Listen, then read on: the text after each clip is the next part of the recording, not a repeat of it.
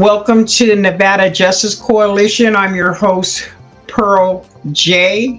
Okay, I'm Jody Anderson with Gold Sun Um, Adventures. Thanks. I'm Larry Dodson with Reno. I'm in Nevada Justice Coalition and with the NAACP. Trisha Gallimore, President for the Reno Sparks NAACP. Thank you. So good evening and welcome to Nevada Justice Coalition TV on Faces of Success TV. I'm your host, Pearl J. Tonight we're having a real conversation. Is reverse racism real? So what does reverse racism mean to you, Larry? So reverse racism to me would be, the way that I've seen it used mostly is more of a deflection. So if somebody were to bring up some type of racist policy or anti-racism policy, such as affirmative action, such as DEI, reverse racism would be more of a deflection. And so kind of like how Trump right now, he says that DEI and affirmative action are more racist against whites because it's forcing blacks to be hired without being qualified, which I think is 100% inaccurate. That would just be one incident. I know that we're going to go around and say some more, but I'll let the rest of the room speak. Okay, so Jody, do you Yes. feel that it's real or is it just a misunderstanding? Well, I really don't believe it's an actual statement. Reverse racism is like a made-up statement for the white population to kind of maintain their grip at the top. So for me, I've never believed it's an actual term. I think it's ridiculous for anybody to really argue it because if you just look at the percentages and the population numbers, it's just another racist attempt to try to not feel so bad about the decisions that everybody's living with in this country. All right. And so, Pat, do you feel racism is about feelings or power? Oh, that's a very good question. Feelings or power racism?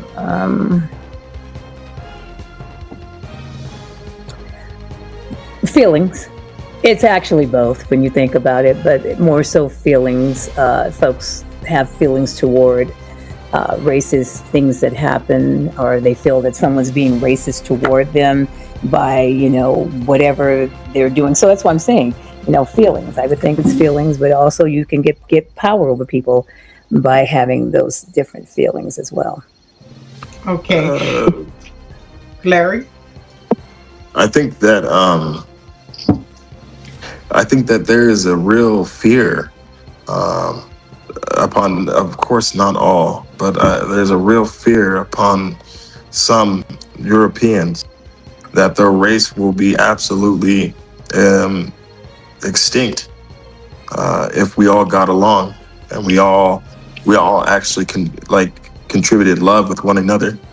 If we all actually didn't acknowledge race as a thing, then we would not have any issues with commingling.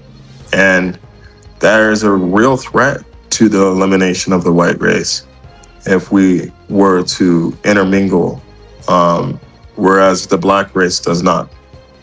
We don't run into that issue of the elimination of our race because we provide the melanin that would eliminate the white race. So I think that there's actually a fear of loss of power, a fear of loss of identity, a fear of loss of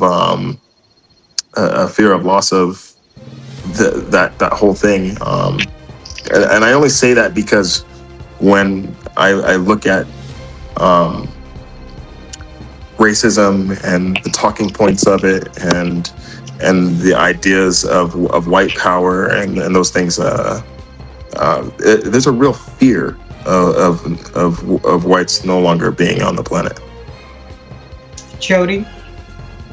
Well, I think Public Enemy said it best back in the late 80s, fear of a black planet. And when hip hop started to emerge, then everyone had issues. I spent most of my life in Detroit, and then I moved out west for 30 years. I had the opportunity to go back to Detroit for the last year, and seeing everybody that has crossed 8 Mile all the way up into like the whole suburbs. There's more unity now in that area, but there is still the pretension of judgment. And I always said Detroit was one of the racist places I learned everything, what I didn't like. So to be accepted my whole life by people of color, and then to listen to relatives and people on the other side, always in fear that and judgment. So there's like no win, but for people of color to accept me, and now I'm in South Florida, and everybody said I would really hate this because they made it bad. I'm totally accepted everywhere I go. There's so much interracial congruity and joy amongst us all. It's so interesting because I don't have any feeling of that hatred, that judgment, that conditioning that the white people have been so good to maintain their space. So it's so funny because it's just like, I think the term was made up because they have to justify the feelings of fear and letting go of some of this power. Some of the behaviors are just ridiculous. When I was in Reno, I didn't experience much because it's a predominantly white area that's growing, but I didn't feel the same judgment and condemnation that I get in the Midwest. Michigan, of course, it's a blue state, but it's come a long way in 30 years. But being on the white side, and still in corporate boardrooms on the white side, it is always something said, about inferiority or the complex that they're smarter, things like this. So I've never really identified with anything that in corporate USA, and then in back in the general public, back in Detroit, Michigan, outside of the suburbs and everything. There are people that we can get along with and that we can identify with and we can share stories with, and it's a beautiful thing. But particularly in the Caribbean community, I'm accepted 100% because of my joy and my energy. And it's not even about the color of the skin. So I wish America could get rid of this or rip the Band-Aid off so that we could have discussions like this of real substance. Because I was just listening to Bill Maher this weekend on one of his shows with Bryan Cranston. And Bryan Cranston made him stick to the issue of what he said they. And it just irritated me so much that the intellect, and a lot of these baby boomers are holding this energy in and this information in, and I just can't wait for our nation to take a step. I thought Kamala Harris running for president was a real opening for us, and unfortunately that door closed right away. So I really think that we have a lot to grow through, and we have to come together as a nation. I mean, natural disasters bring us together all the time, and it's not everybody. So we're on a one-on-one judgment. But I'm down here in South Florida, and I'm just accepted everywhere I go, and it's just a beautiful thing. Finally, that there is no ism and schism around the behaviors of others. That's just a stupid act by somebody. It's never really that's a black thing or that's a white thing. It's really interesting to be in this environment right now and see that areas are changing for the good. Okay, I have a question. Now, you mentioned Reno. You spent some time in Reno. Have you ever heard the term that Reno stands for "Run every Negro out"? No, I never heard that. Wow. I have. No, but when I saw that we had I forget her name now, but when she's since passed away, when she ran for Congress, I saw the signs, the racism on the signs, and I was just totally disturbed by that. And then of course with this MAGA newness of this idiocracy that we're putting up with in this country, you see that the real colors are coming out. And yeah, a lot of my friends that are people of color, Latino and Black in Reno have experienced extreme judgment and harsh brutalities, and it's bothersome. I mean, I was thinking, Reno's a pretty sleepy town to me. So as it's growing and more Californians are coming over, more issues are showing up. And instead of that's what I applaud the efforts of city government and you all with the NAACP, everything, how you're trying to lift up that bottom fabric, and we really need to connect with that bottom fabric and pull that up, because that's really what it's all about. It's not about we're all level now. We're getting more level with the billionaires and stuff. So this judgment of he said, she said, what they wear, what we wear, this and that, it's just troublesome. In Reno, now that I'm away from it, yeah, I wasn't around any of it because I immersed myself in different cultures and had great relations. But yeah, there is a great contingent of that racism there that bothers me. So this is for Larry and Pat. Can racism exist without power? Yeah. Yeah, but racism, as I see it, as we were saying, we had that discussion, you asked the question, first of all, racism is a feeling, right? Just as Larry was saying too, fear. Okay, fear of domination, because, it's always one of the most toys wins.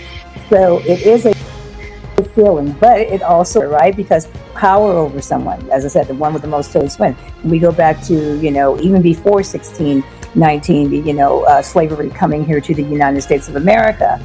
It's about power over another person. And so, that's all entailed in it.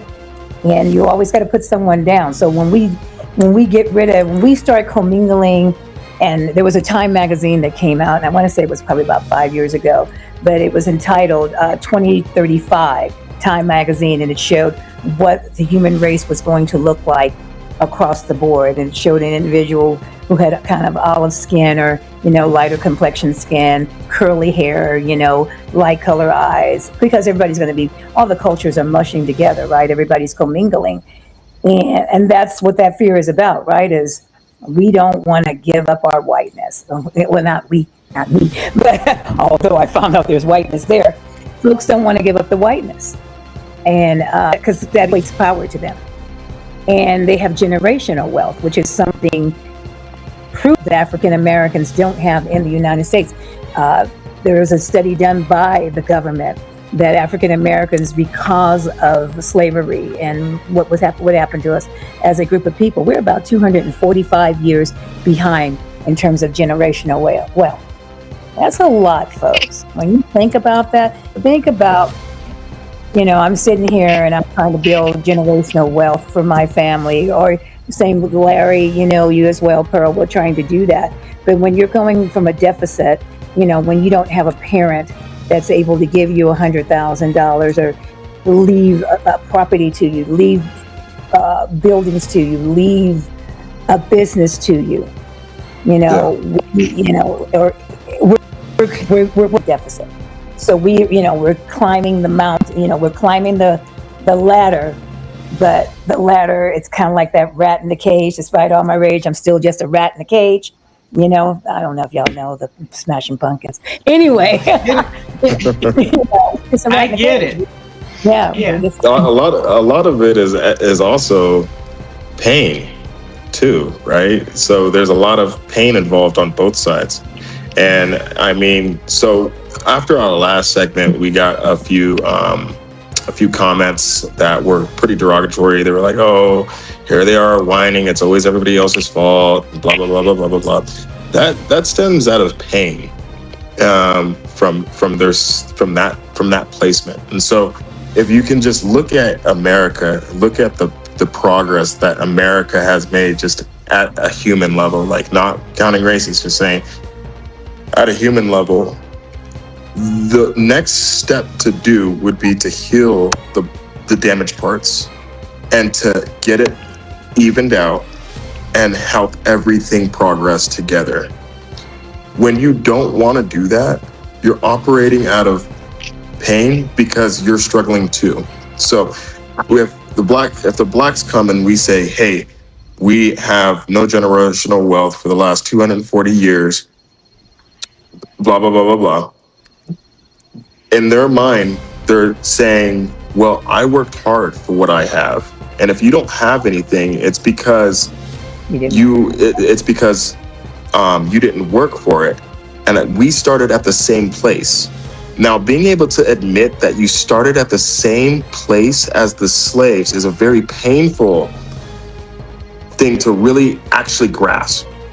If your family is not wealthy, and you didn't have the backset or the backdrop of slavery, and you're still in the same position as the average black person in the country, that's a painful position to be in.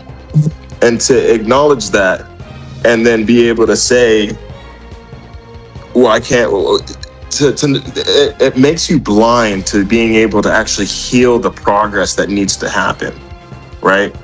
But the reality is that we got freed, we ran up north, but we came by the millions. And we didn't know. So a lot of us went back into slavery. There was never anything given to us. The general came out with 40 acres and a mule, right? But then Andrew Jackson took that right back because it was never really something that they really wanted to do. It was something that they wanted to press the South into giving and breaking and pushing their economy into their limits and forcing them to stop going to war. And it worked. But once they got what they wanted, they pulled that 40 acres and a mule right back. But the answer to get equality and get things right on track was that 40 acres and a mule. Mm-hmm. But instead, you give absolutely nothing. You've got millions of people trying to figure out how to get into the economy, can't get a good job. You had a jobs crisis at the same time, so there was no jobs available. You create the ghettos. You create the drug epidemic, because look at what happens now. Our homeless, you go out there, homeless, what's happening? There's a drug epidemic. There's a drug pandemic to the homeless. Hello, how do you think that the ghettos got created? Why do you think drugs got into our community? And then you want to say, wow, they can't take care of their stuff. Doesn't make any sense. And so when you logically think about it, when we say we want criminal justice, when we say we want housing justice, when we say economic justice, when we say health justice, that's the next step. We're just continuing on what Martin Luther King, we're just continuing it on. We're at the next step. And so if anybody wants to then say, hey, affirmative action is racist, or DEI is racist, or you guys are, everything's good now, that's not where we're at yet. That's where we're trying to get. We're not done yet. When you still have arrests completely disproportionate to the black community, we're not creating more crimes, we're getting more arrests, unfair arrests. So we're just not there yet, and we need to work as a country to continue completing the work of healing our nation for humankind. Okay. And I just want to be clear, I have not a racist bone in my body, but I've been a victim of racism. Yeah. On multiple occasions. And so my next question would be, to everybody. In your professional opinion, who do you feel is most impacted by racism?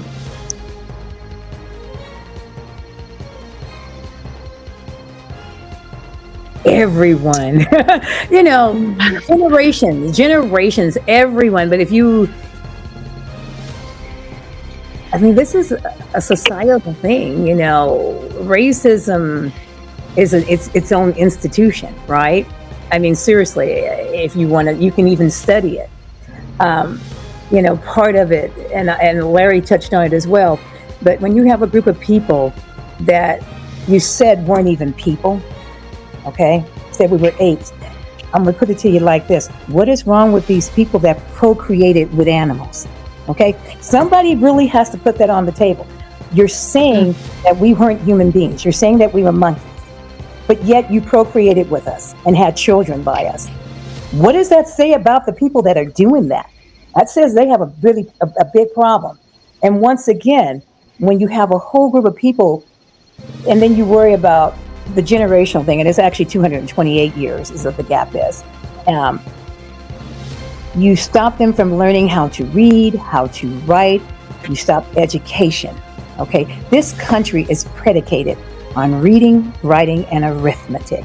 If you can't do any of that, and you're going to kill a person because they learn how to write, they learn how to read, and then you wonder why there's ghettos, and you wonder why these people are on public assistance. And then you're saying, well, they just pull it up by your bootstrap, put on your big girl panties, and get out there. And we are, once again, it's a deficit. So it hurts. This hurts everybody. And if you micro look at it, it hurts the individuals that it's pointed and geared towards. But it's a societal thing, and as I said, it's an institutional thing. And once, I mean, here I am as when I was going to college in 1975 at Cal State Long Beach, and I'm from the West Coast in Los Angeles. There, I minored in African American studies because, once again, no one was teaching me besides my parents. You know, yes, of course, I knew about Juneteenth. My folks were from Texas. You know, we go to a cemetery where my grandmother and grandfather were buried, and they have this glass cage with a guy hanging with a noose. And this is in Harris County, a black African, and they still are doing this to this day. So this hurts everyone, folks. I mean, until we can try to stop justifying these different things, and just like you were saying, Larry, you know, folks are making the derogatory comments about. There they go playing the race card, you know, feeling sorry for themselves and blah, blah, blah. Well, until they walk a mile in our shoes, when we were at that meeting, we had the new chief there, and I told him, I said, you need to put some rich dye on you and dye yourself brown and get yourself an African wig, an Afro wig, and get out there and walk on the street. I mean, you'll see the difference.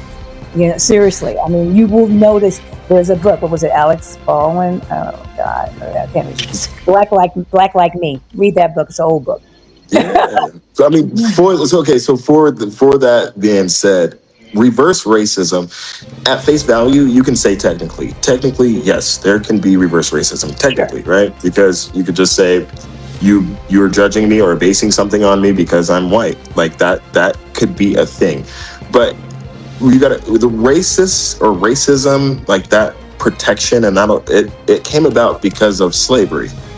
And so you have to see which party has the oppression behind it, which party is the one that was the oppressed. And so, not saying that it's okay for me to go and call somebody a cracker, right? Go outside and just start popping off. But what I'm saying is that cracker doesn't hold the same weight as nigger. It just can't. And so it just can't. And so for you to be like, wow, you're racist. No, there's a lot more emotion. There's a lot more history. There's a lot more oppression that's tied to the things that you're saying. And so the reverse racism card is just an out. It's okay that I did what I did to you because you are upset. And when you got upset, you called me this. And it's like, that's so reverse racism at face value, yes, but when you look at like the actual fundament, the purpose of why it's race, like what we call racism here, like, and now it's, you can tell that it's getting worse because now that don't have money, like a lot of races don't have money, a lot of people are learning that the ghetto isn't a black thing. Yeah, it's a situational thing. And you know, because you have a lot of white people now that are struggling. Well, I mean, look, it's not a black thing. Watermelon, chicken, all the stereotypes. That's, everybody loves that stuff. Like, there's just, we are all one, and so when we can finally figure out that we are a human body, and that when one race is against another, that should be considered cancerous to the human body. When we can finally figure out that racism should be domestic terrorism because we're attacking ourselves based on something stupid like the color of somebody's skin.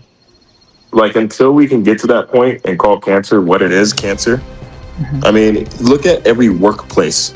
The workplace, why DEI was so successful is because of how successful a mixed race workplace was, because you had so many backgrounds, so many perspectives, and you were able to satisfy and appeal to so many different consumers. And so DEI was actually beneficial. Imagine a country that runs without racism. It is better for the country. It's better for life. It's better for sustainability. Right. And so, you know, let's talk about Antioch, California. Just recently, you know, almost the whole police force were mocking people of color, saying they look like monkeys, kicking them in their head, setting them up just because they had brown skin. You know what I mean? So do you hear about that type of stuff happening to other races?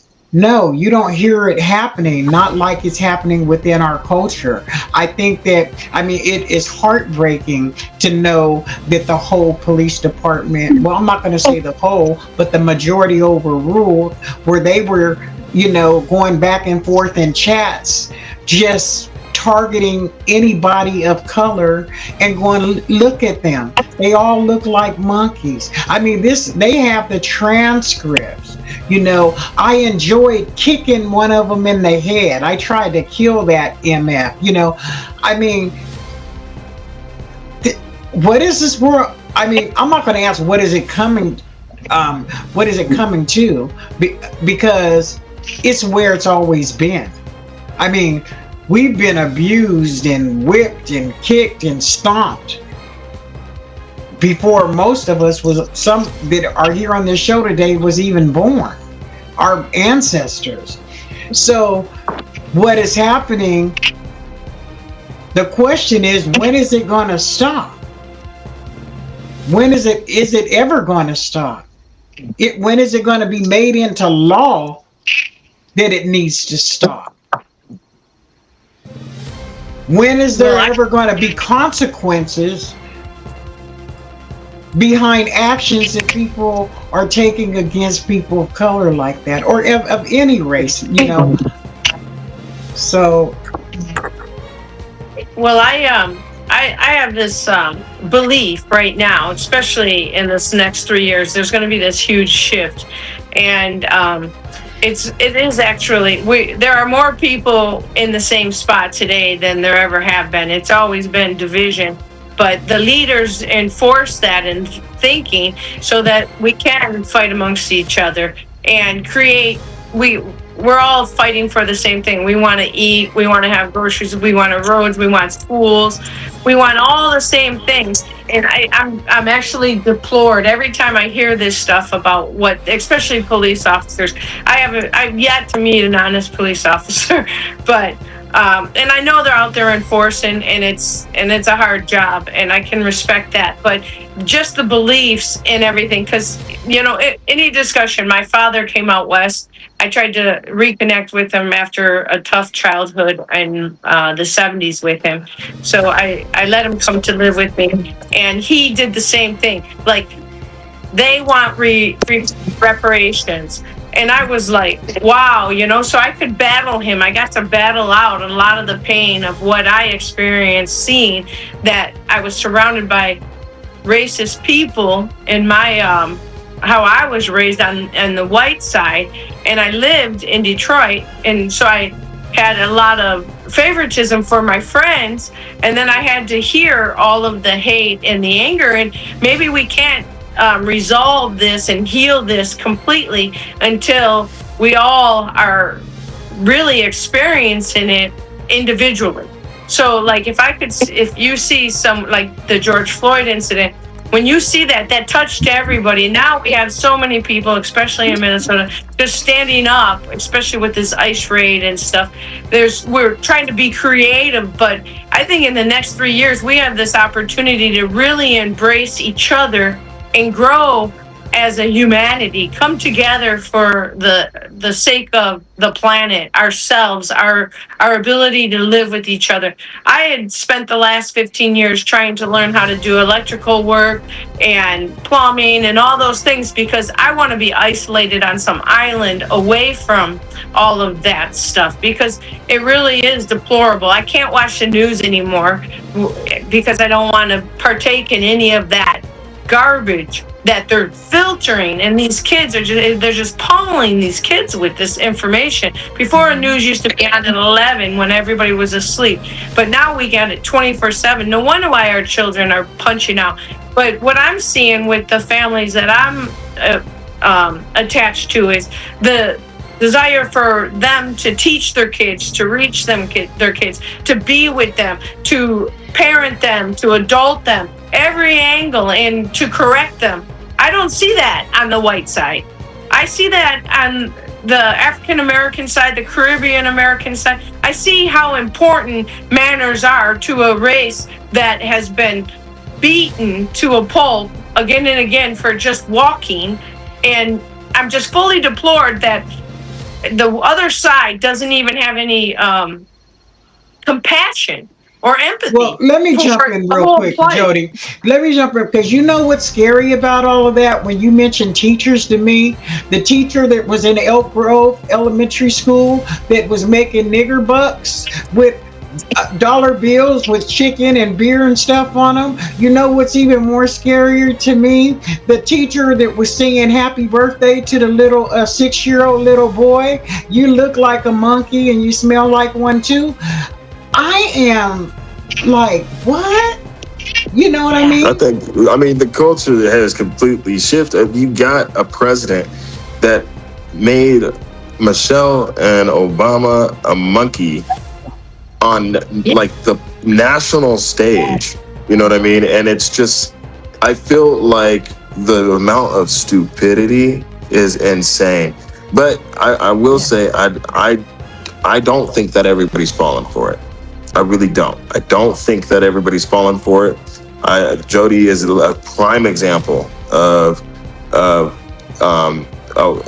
white ally that is not falling for the bullcrap, because the direction we are going right now, though, is terrifying.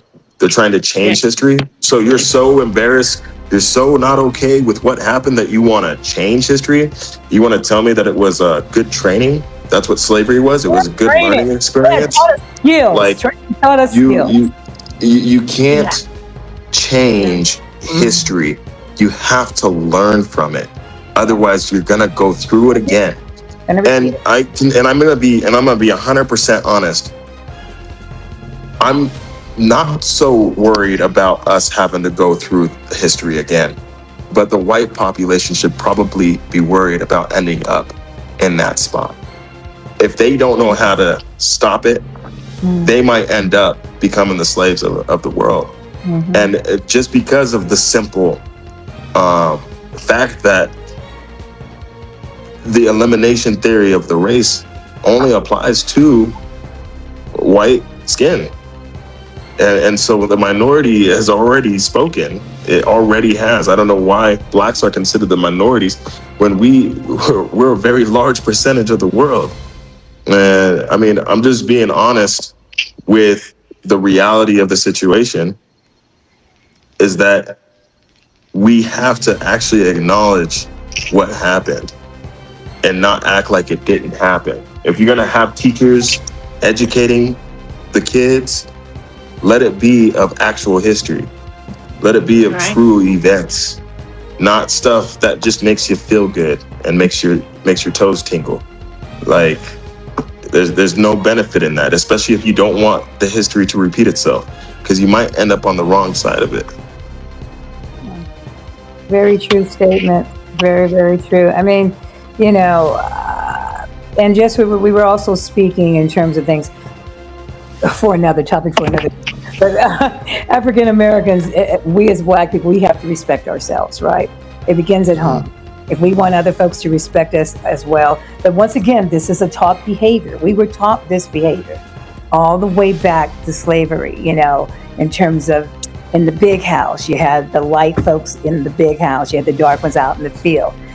The book, oh my goodness, The Making of a Slave, another book, what the heck, I'm having an old person number, but it's a little pamphlet book, Willie Lynch letter, The Making of a Slave. We still have this mentality today, we as a group of people. We have to learn to embrace ourselves. We have to learn also to stop putting ourselves down. No other race that I know of, most white folks don't call themselves honky in any music, okay? No Latino people are calling themselves, what's the other word? No, but we are so, my nigga, okay? All our young generation, my nigga. We got that, strike it from our language. It is a derogatory word. It is a negative word. We can't look at my nigga as my friend. You can call him your brother, you can call him your sister, but that was a word that was used to disparage a group of people. And we are using it in our music, and we're using it when we speak. We have, as I said, I listen to country western, I listen to Latino music, I listen to rock. No one is calling their mothers, their women, bitches and hoes. But we are, to make money. A whole nother conversation for a whole nother one. Think about that. That is a whole nother conversation. A whole nother conversation. But think about it. We cannot continue disparaging ourselves. Okay? That's been brought up. I keep bringing that up with certain friends of mine from Michigan. They came, a Haitian American that was wrongfully imprisoned. He's going to receive a settlement for that for 8 years, and he and Detroiter and then Jamaican came down here. We were in Miami, and they were saying that N-word so freaking loud that people were looking at me driving the car and I was like, guys, nobody says that. Can you stop saying it? First of all, I can't hear it. It brings up a lot of pain for me, and I don't like it. It hurts me to the core. And I told him, I get that you guys, this is your slang and stuff, and that's your age group, but you don't understand. You guys, it's hurtful for me. And and then people are looking at you everywhere we go, and they're people of color. I'm like, you guys are standing out because you're the ones that are talking so loud with the windows down. Granted, they just came from Detroit, so they got this energy about them because they're Detroit. Wow. But I was like floored. I'm like, do you see all these people looking at us? I'm like, please, just let's not use that word. None of my Caribbean friends use that word with me. So can we at least not let me hear it, because it really brings up a lot of pain from my childhood that I don't want to relive. And it's painful because it makes me want to fight when I hear it. And because I've only heard it in a negative, derogatory way. And now I can't even sing the songs that it's part of either. So it's one of the most horrific words of our time. And people are throwing it around like it's Like it's good morning. It's reverse racism. No. Is it? So listen, guys. You know what though? I wonder, because I was looking at the different cultures, right? And so the Native Americans, that was horrific, right? There was some type of settlement made with them though, with some of the land. It was a poor attempt though, to restore what happened. You have the Jews in the Holocaust. That was horrible. But there was reparations demanded. Matter of fact, the reason why the Jews are doing so good right now is because of the reparations that were made to them. The Chinese, the Japanese, what happened to them? Yeah. The Japanese, we look at their city. They are restored fully. And so I'm just curious on why is it so hard to satisfy the wrongs that we did here. So, for example, and I'm gonna bring it up again. The reason I'm gonna bring it up again is because they at the UN voted and said that slavery was the most horrific crime against humanity, right? And the United States said, no, it's not. It's horrible. It's bad. But at the time, it was legal. And so I can't wrap my mind around that. At the time, it was legal to kill Indians. At the time, it was politically correct to kill the Jews. At the time, it was right. Like, so you can't just justify it because at the time, there's a runaway from the healing. And so I honestly, I look at Trump and he is absolutely the least American president that we have ever had. Ever. And it's because he is dropping the ball so hard on doing the right thing and only pushing us in the wrong direction. Instead of being able to fix something where he needs to be. You're talking about the UN finally gets this vote and you want to go in there and cower out and say it was legal at the time. You could heal your country. Instead, you want to drag on this cancerous rhetoric, cancerous ideology, and drag us backwards, which is absolutely idiotic and insane. I'll go ahead and give the past presidents a pass because at their time, it was a little bit more acceptable. But if you're going to try to tell me that racism is gone and that it's all gone away and all good, and then at the same time try to downplay racism like that, no, screw you. Yeah. So you guys, we are almost out of time. So I want to ask everybody if you could say one thing, and I mean one thing to America about race and unity, what would it be? Are you on mute? Love your neighbor. I mean, we have all these folks that are practicing religion, okay? And especially when we're looking at the other side. Love your neighbor. And that's love your neighbor. That means love your neighbor, love everybody. I agree with that. I was just thinking immediately a song came to me. Hands and hearts and harmony, loving everybody, that's the place to be. And that's really how we're going to come together, is that we're going to fight everything with real love. So, love. Yes. Right. I'm going to definitely say that racism is domestic terrorism. Racist policies is domestic terrorism. Racism is domestic terrorism. And we need to get our country back. And I want to say that when a person is racially assaulted under any circumstances, the law needs to treat it as such. Yeah, call it like it is. Call it for what it really is. And so tonight, this wasn't about, being right or wrong. It was about being real. And so I want to say to everybody, thank you for all coming together, on this topic, because it's definitely something that needs to be discussed. And it doesn't stop here. And does anybody have anything they want to say in closing? Join your local NAACP or organizations that are fighting the fight. Get involved. It takes you. Your vote matters. Definitely get out there and just join the fight on fighting for humanity. Nevada Justice Coalition, we are here for you as well. Yes. Jody? And thank you for including me in this. I have a lot of ire up anyways on this issue. So yeah, I fight this stuff every day because I'm out there working hard for the struggle. And I tell you, we are all one. So thank you for including me, and good topic.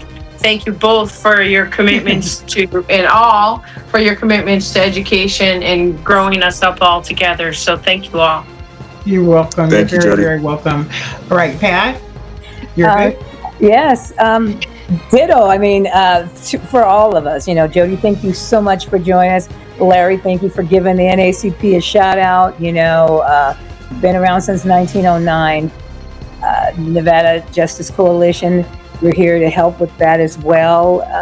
Unity, folks. Unity is the reason we are here, and the passion for it all. All right. Well, on that note, you're tuned in to the Nevada Coalition, Justice Coalition TV. I'm your host, Pearl J, and good night. Good night. Thank you, Pearl. Thank you so much. Thank you, Jody. Larry. All right. Bye-bye. Appreciate you all. Yes. Peace, love, and joy. All right. I love it. Have a good evening. Good night. Strike to protest the city of Reno's ongoing ridiculous budget.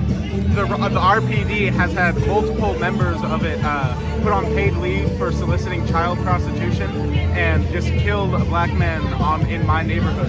And the police plans to, and the city plans to give more money to them, even when financial experts say that we will be in a, quote, fiscal emergency by 2027 if we don't rapidly cut budget. And they decide to give more money to the most unprofitable police department that is 6th in the nation in police killings. I am 10 times more likely than a white person to be killed by the RPD, and the city is planning to increase their budget by 30%. We are protesting and holding a general strike May 1st at the Believe Plaza to stop gambling with our lives and stop pissing away my city's future. Is that good? I feel like that's good.